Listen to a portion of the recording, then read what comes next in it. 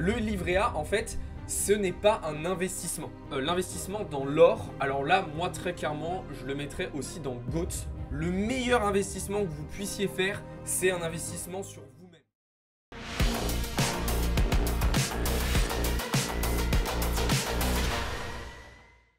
Et bonjour à toutes et à tous les amis, j'espère que vous allez bien. Aujourd'hui, on se retrouve pour une nouvelle vidéo tier list des meilleurs investissements. On se retrouve donc en live aujourd'hui. Je compte sur vous pour participer un maximum. Juste avant de commencer, comme d'habitude, je vous invite aussi à vous abonner si ce n'est pas encore déjà fait et surtout à nous rejoindre dans le serveur Discord. Donc, tier list des meilleurs investissements, on se retrouve avec 5 catégories. GOAT, très bien, bien, moyen et nul. Et on a en dessous une petite liste des différents types d'investissements qui existent. Alors, on va pas forcément tous les faire, sachant qu'il y en a qui sont en double. Je précise que c'est une tier list qui a été faite directement par quelqu'un d'autre. C'est pas moi qui vient de la créer. Donc, voilà, n'hésitez pas à participer et à me dire ce que vous en pensez dans les commentaires. On va commencer tout de suite avec le premier investissement, mais avant ça, petit disclaimer. Je précise évidemment que cette vidéo n'est pas justement un conseil en investissement et je précise aussi qu'évidemment, un bon ou un mauvais investissement va dépendre de votre profil, de vos revenus, de vos objectifs, bref, de votre situation. D'accord? Deux personnes avec une vie différente, avec un statut différent, avec des objectifs différents, ben, un seul et même investissement va pas être forcément bon pour les deux ou va pas forcément être mauvais pour les deux. Ça, c'est ce que je vous explique tout le temps. Donc là, on va essayer de classer par grandes catégories, même si évidemment, par exemple, typiquement, je prends l'exemple des cryptos, bah, ça peut être un super bon investissement pour une personne, comme ça peut être un mauvais investissement pour une autre, puisque ça va dépendre de ce qu'elle recherche. Ok ?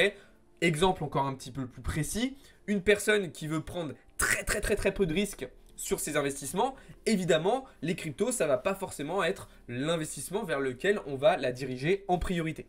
Je pense que c'est assez clair pour vous. De toute façon, c'est quelque chose que je vous répète très souvent. Alors, comme je le disais, on démarre tout de suite avec le premier investissement, l'assurance vie. Moi, personnellement, assurance vie, je mettrais ça dans moyen. Très sincèrement, je pense qu'aujourd'hui, c'est un placement qui n'est pas forcément hyper intéressant. Je pense qu'il y a clairement beaucoup mieux comme investissement que les assurances vie. Alors, il y en a certaines qui peuvent être intéressantes. Encore une fois, ça dépend aussi de votre profil. Si vous voulez vraiment pas prendre du tout de risque, pourquoi pas. Mais même en termes de frais, etc. Bon, moi, je trouve pas ça vraiment sensationnel comme investissement. Dites-moi ce que vous en pensez. Et selon vous, dans quelle catégorie vous classeriez l'investissement en assurance vie? Ouais, je pense qu'en vrai, on peut laisser dans moyen. Après, encore une fois, ça dépend des personnes. Mais je pense que c'est quand même moyen. Alors, ensuite, on a ici l'investissement sur soi. D'accord? Donc, les connaissances, les compétences. Donc, clairement, pour moi, cet investissement, il va dans GOAT. Le meilleur investissement que vous puissiez faire, c'est un investissement sur vous-même. C'est des connaissances, des compétences. Est-ce que vous êtes d'accord avec ça? Pour moi, clairement, le meilleur investissement, enfin, l'investissement en vous, c'est clairement GOATesque.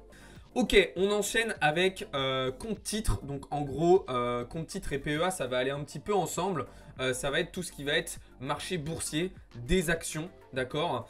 Donc dites-moi un petit peu ce que vous en pensez. Pour moi, les deux vont dans la catégorie très bien, d'accord? Dans le sens où, voilà, investir sur certaines actions, sur certains ETF, ça peut être vraiment très intéressant. Et je pense que ça peut être un très bon investissement. Je pense qu'on pourrait presque même mettre ça dans GOAT, même si, attention, par exemple, avec le stock picking, il y a quand même certains dangers. C'est quand même un petit peu compliqué.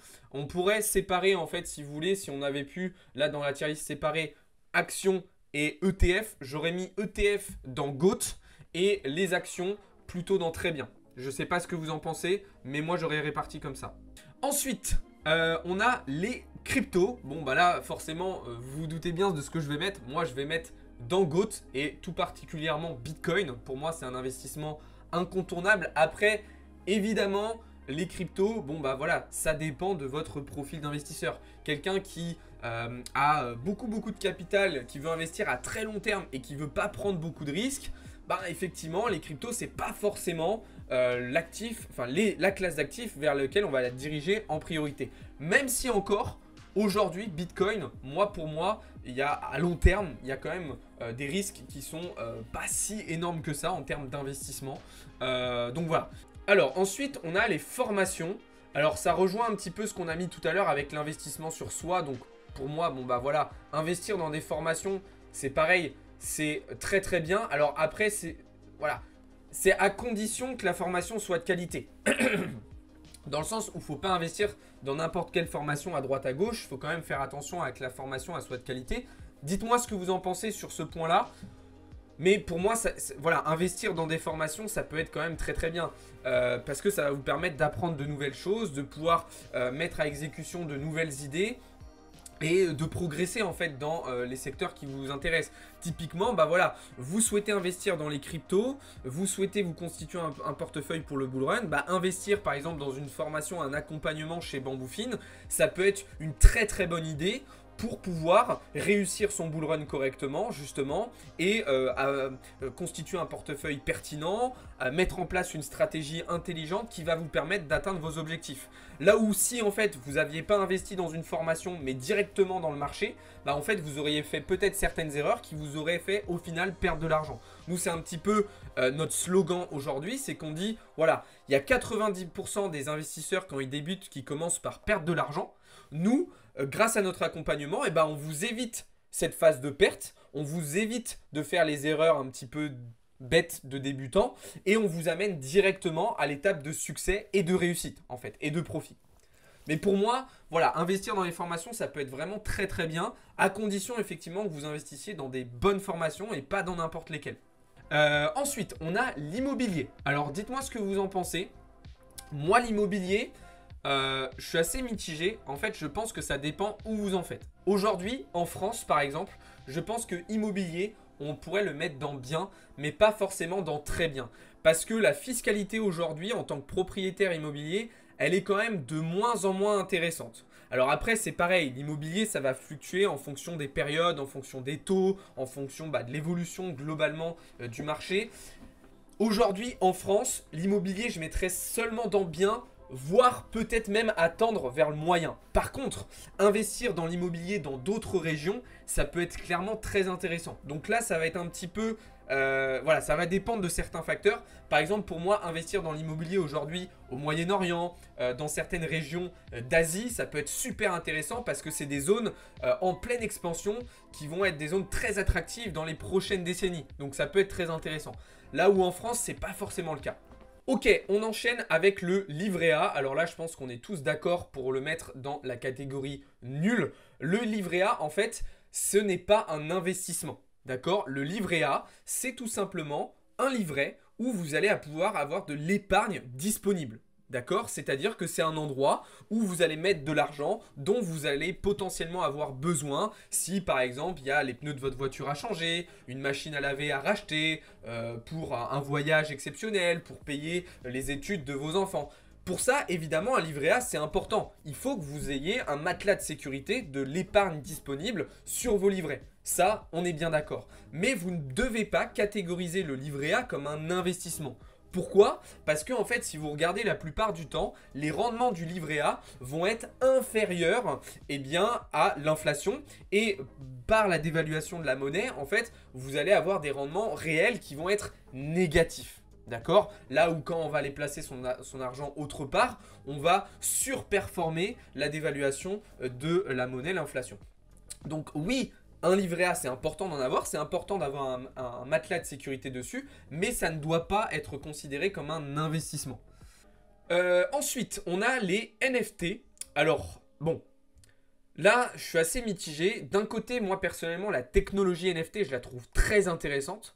Autant aujourd'hui, investir dans les NFT, je sais pas. Ok, pour moi, il y a eu une grosse bulle spéculative sur le marché des NFT en 2021. Alors il y a des collections qui restent très très bien. Moi par exemple je trouve que ce que fait Yuga Labs c'est vraiment super intéressant. Maintenant je ne mettrais pas forcément ça dans très bien quand même. Je mettrais ça dans bien personnellement. Parce que il y a certaines collections de NFT qui peuvent être très très très intéressantes. D'autres beaucoup moins.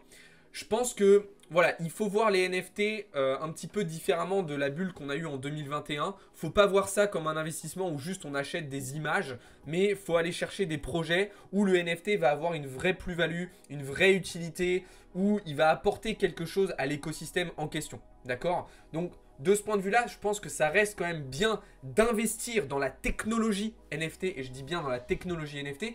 Par contre, d'aller investir à droite à gauche sur des collections un petit peu bullshit, ça pour moi, ça n'a pas d'intérêt. Ensuite, on va avoir tout ce qui va être montre 20. Alors moi, pour moi, je mettrais ça dans bien. Alors après, je considère que c'est des investissements un petit peu plus passion.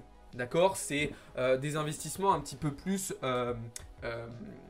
ouais, passion et comment dire, affinité. C'est-à-dire qu'effectivement, on va généralement, en plus de placer son argent dans des belles montres ou dans des bons vins, on va aussi se faire plaisir, d'accord, de posséder cet objet.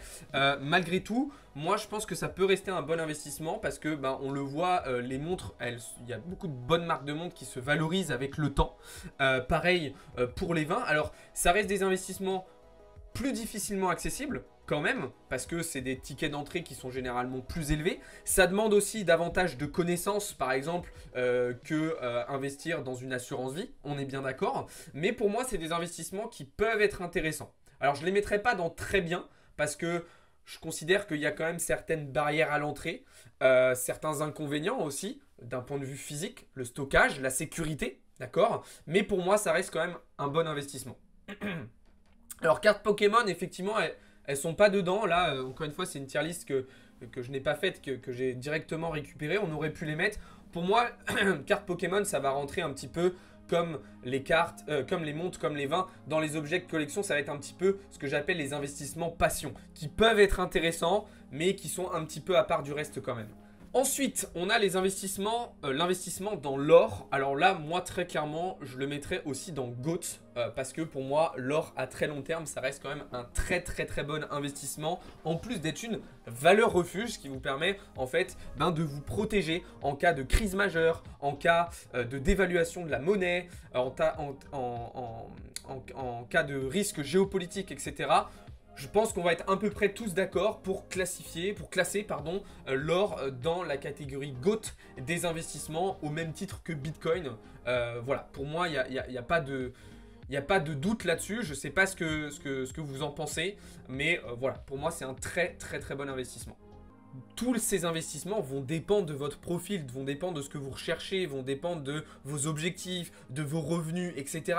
Bien évidemment, il y a des personnes pour qui l'or, ça va pas forcément être hyper intéressant. Ça présente aussi des inconvénients, l'or, en termes de stockage, en termes de sécurité. On est bien d'accord, si vous détenez de l'or physique, ça présente aussi des inconvénients.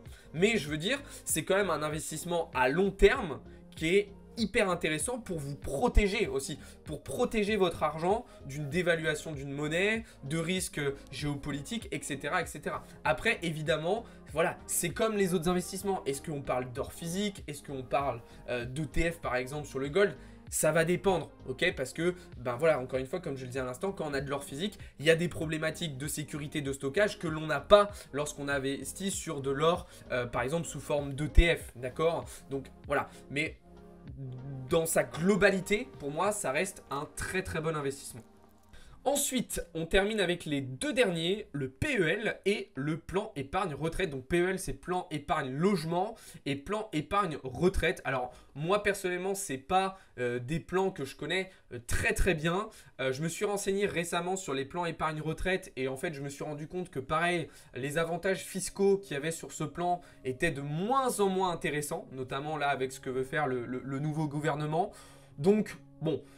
Le plan épargne retraite, je mettrais ça dans bien. Le plan épargne logement, personnellement, je connais pas assez. Donc là, je vous laisse me dire ce que vous en pensez, mais je mettrais quand même plutôt ça dans moyen. Ça peut être des investissements intéressants, mais c'est quand même pas, selon moi, sensationnel. Voilà, si vous voulez préparer votre retraite, pour moi, vous avez beaucoup mieux à faire d'investir dans du Bitcoin, dans de l'or, dans des ETF, ou voire même dans de l'immobilier. Plutôt que sur ce genre de produits. Dites-moi ce que vous en pensez. Moi personnellement, c'est deux types d'investissements, deux types de plans que je connais moins parce que c'est aussi un peu moins de ma génération. Donc dites-moi ce que vous en pensez. Vous, dans quelle catégorie vous les classeriez? Mais moi, je mettrais le plan épargne retraite dans bien, le PEL dans moyen. On aurait pu parler dans cette vidéo des critères en fait à prendre en compte pour savoir si c'est un bon ou un mauvais investissement. On a parlé du stockage, de la sécurité, ça c'est des critères importants. La capacité de revente aussi, c'est très important. Par exemple, les montres, le vin, il faut être ce qui va faire que c'est un bon ou un mauvais investissement, ça va être aussi la capacité de revente de tel ou tel actif. Est-ce que ça va être facile ou pas de revendre votre montre, de revendre le vin que vous avez acheté? Voilà, je pense que cette tier list, elle est plutôt pas mal. D'accord. Évidemment, je vous invite, pour ceux qui étaient sur YouTube, à me faire vos retours dans les commentaires. Sur ce, merci beaucoup d'avoir regardé cette vidéo et je vous dis à très bientôt. Ciao les amis, c'était Alex pour Bamboufine.